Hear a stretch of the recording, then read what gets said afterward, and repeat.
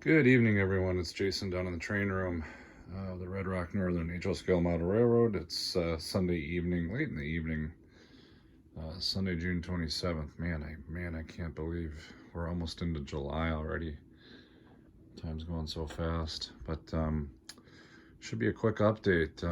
Once again, my schedule tied up with baseball and other activities. Fortunately, hockey is, for the most part, subsided. Baseball ends this next week. Our team finished third place, so we got two teams to wrap up, and then I am done coaching baseball for the year. So hopefully I'll get some time back in the train room. I neglected to mention that I've also been spending a lot of time down at my HO Scale Model Railroad Club in Minneapolis, the Hennepin Overland. I'm doing various tasks down there. I'm working on a large mountain. I've been last 2 weeks. I put up cardboard strips, plaster cloth, sculpt and mold. Working on a large mountain scene there. Also working on the GMRI computers, which I kind of more or less manage down there. But anyways, doesn't leave me a whole lot of time for my layout, but slowly but surely things are progressing. Over here in Red Rock, I've got what I believe are the final two candidates for what tunnel portal I think I'm going to use for the road that comes in here. I want to use I think some fabric material that comes from Michaels or Joann Fabrics. I've seen it used on other layouts. I might want to try that for the pavement or concrete roadway in this scene. But anyways, I'll be working on that. It's all likelihood it's going to take me probably another month to kind of get this scene going here.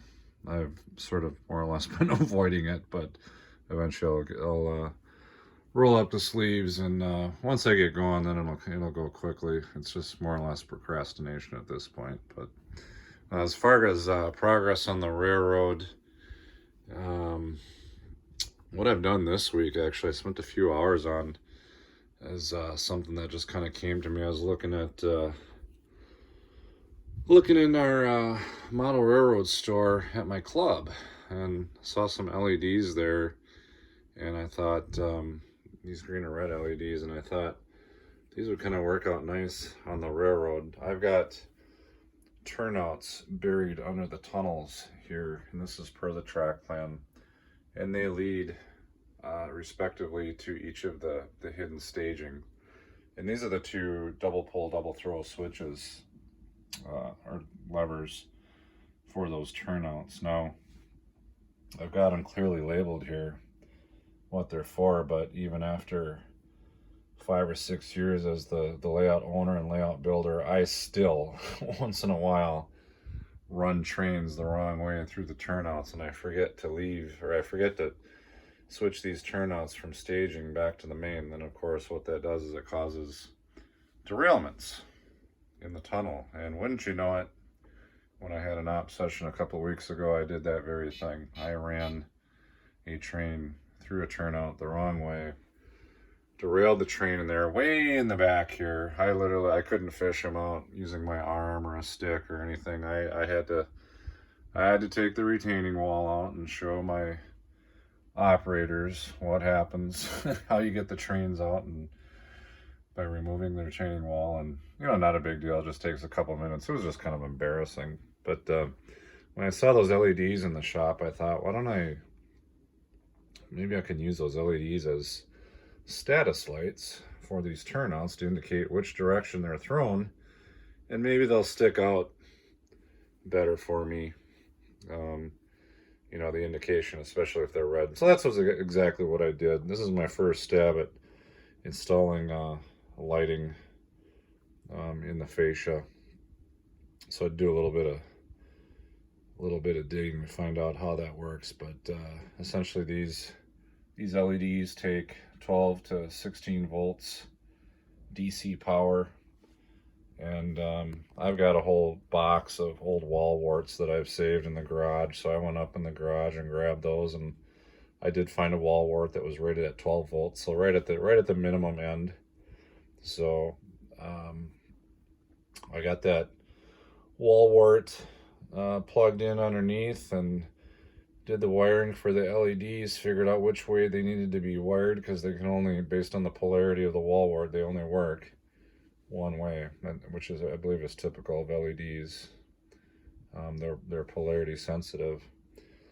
And then I tied them into the Tortoise ground throws that I have on here for the first time. Let's see if I can get a picture of that. There it is. I'm using the edge connectors. So I ordered a couple of edge connectors for the Tortoise from Yankee Dabbler, and I unsoldered my two DC power leads to each of the Tortoise machines, and I'm now making use of that edge connector, which makes it real easy to connect not only the DC power leads to the Tortoise, but the wires that connect to one of the two single pole double throw switch mechanisms that are built into the Tortoise. So each Tortoise, if you don't know, has actually two single pole double throw switch mechanisms, so that you can do things like like this, power LEDs, or maybe you've got some signals on the railroad that will go right near the switch, which I'm also thinking about doing. You could use that single pole double throw, those connectors to power a signal, or you could use them to power a frog if you have electrified frogs, which I don't. I use all Payco Insel frogs in my layout. But anyways, I knew that Payco's had that that Tortoise had those kind of capabilities. I just never used them in the past, so I thought, well, this would be a fun little sidebar project, and it'll keep me from working on that scene over there just a little bit longer. So I spent a few hours this week getting that all wired up, and now when I throw the switch, bada bing, bada boom, the LEDs changed. Now I'm staring at a big fat red LED telling me that both of my turnouts are aligned under the tunnel for staging. So if I'm trotting along on the main line through that tunnel, I got problems. I got red lights staring me in the face, hopefully, if I'm looking at them. So I like these a lot, and so much that, and it wasn't too difficult to get them wired up, but so much that I'm now looking into getting my first signals on the layout, perhaps to put right before the tunnel, so that not only do I have red indicators on the fascia, but myself and my operators can actually look at signals along the right-of-way and perhaps see a red light that says, hey, don't go into the tunnel because the switch is aligned the wrong way. So that's my cool accomplishment of the week. And don't ask me what took me so long to make use of that extra Tortoise functionality, but I was so pleased that I went ahead and I ordered a couple more edge connectors from Yankee Dabbler, because man, those things are a cinch. Now they cost, I don't know, $7-8 a piece, I think, $6-7. So if you've got a whole layout full of Tortoise switch machines, if you want to fit each one of those with an edge connector, scale that out, and that's gonna cost a few bucks, but man, they sure do make it simple to work with. And if you're faced with soldering under the layout, well, that's just no fun at all. So when I was having to face the idea of putting in more wiring to use those single pole double throw switches, I did not want to be soldering under the layout, nor did I want to take out the Tortoise switch machine from under the layout, because they're kind of a pain to put back in and get the throw rod mounted into the the throw tie and all that. So I wanted to really leave the Tortoise in place, so those edge connectors came in real handy. So I should wrap it up here, because that's 10 minutes is a really long-winded way to explain that I really only installed LEDs and that's about it. So I also did get out my, we're approaching July 4th, Independence Day. I got out my bicentennial units, the All Burlington Northern 1876, and then of course the 1991, I think this is the Desert Storm. Gosh, where is it? It says on there somewhere. I should know this. I think it's the Desert Storm paint job. God, I hope I got that right, or someone's gonna let me have it in the comments, but that's an Athearn Genesis. I bought that used a couple of years ago on eBay. Works pretty well. The sound cuts out at high speed or high RPM.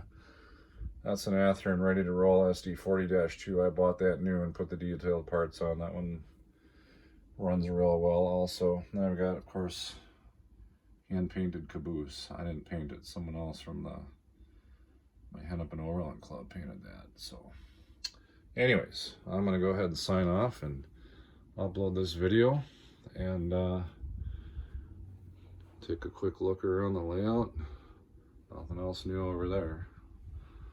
Everything looks pretty much how it's looked last couple weeks. So anyways, I'm gonna go ahead and sign off. Take care, everyone.